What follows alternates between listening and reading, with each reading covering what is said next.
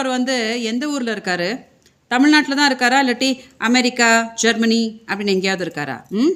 விஜயலட்சுமி வாழ்வாளுன்னு கத்திட்டு இருந்தாங்க, அப்புறம் அவங்கள எங்கே போனாங்க தெரில அப்படின்னா, போன வாரம் தானே சீமானி நாம் தமிழ் கட்சியும் ஒரு வீடியோ போட்டேன். எதுக்கு சும்மா விஜயலட்சுமின்னு இழுக்கிறீங்க? நான் இன்னும் என்ன பண்ண முடியும்? நான் வழக்கு கொடுத்தாச்சு. அந்த வழக்குக்கு சம்மந்தப்பட்ட எல்லா டாக்குமெண்ட்ஸு, என்னோடய ஃபோனு எல்லாம் தமிழ்நாடு காவல்துறை கிட்ட தான் இருக்குது.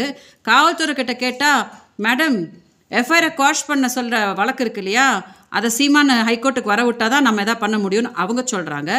சீமானோட வட்டாரத்துக்கிட்ட கேட்டால் திமுக இந்த வழக்கை எடுக்கவே மாட்டாங்க, ஏன்னா நாங்கள்லாம் ஒரு கூட்டு குடும்பம் மாதிரி சந்தோஷமாக இருக்கிறோன்னு அவங்க சொல்லிட்டு இருக்காங்க. அப்போ என்ன பண்ண சொல்கிறீங்க?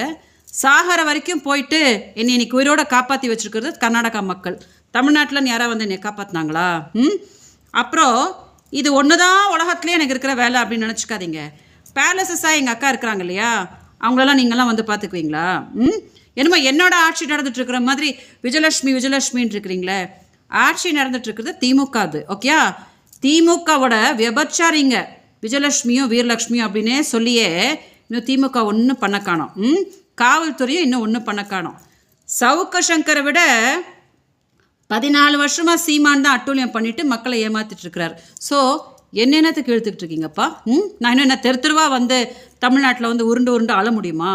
அதனால் பேசும்போது மனசாட்சியோடு பேசுங்க.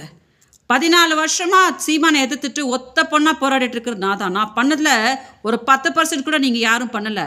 இன்ஃபேக்ட் நான் போய் கம்ப்ளைண்ட் கொடுத்ததுக்கப்புறம் தான் அவன் ஜாலியாக வெளியில் சுற்றிட்டு இருக்கான். ஸோ பேசுகிறதுக்கு முன்னாடி என்னை பற்றி கரெக்டாக பேசுங்க. ஓகே, நான் போராடிட்டு தான் இருக்கேன்.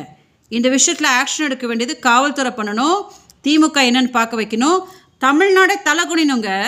தமிழ் பொண்ணுக்கு இந்த மாதிரி ஒரு தமிழ் போராளி அநியாயம் பண்ணியிருக்கிறான், நாமெல்லாம் பார்த்துக்கிட்டு ட்ரால் பண்ணிங்கன்னு என்ஜாய் பண்ணிட்டு இருக்கோமே அப்படின்னு தமிழ்நாடே தலைகுனினுமே தவிர என்னை பற்றி பேசாதீங்க.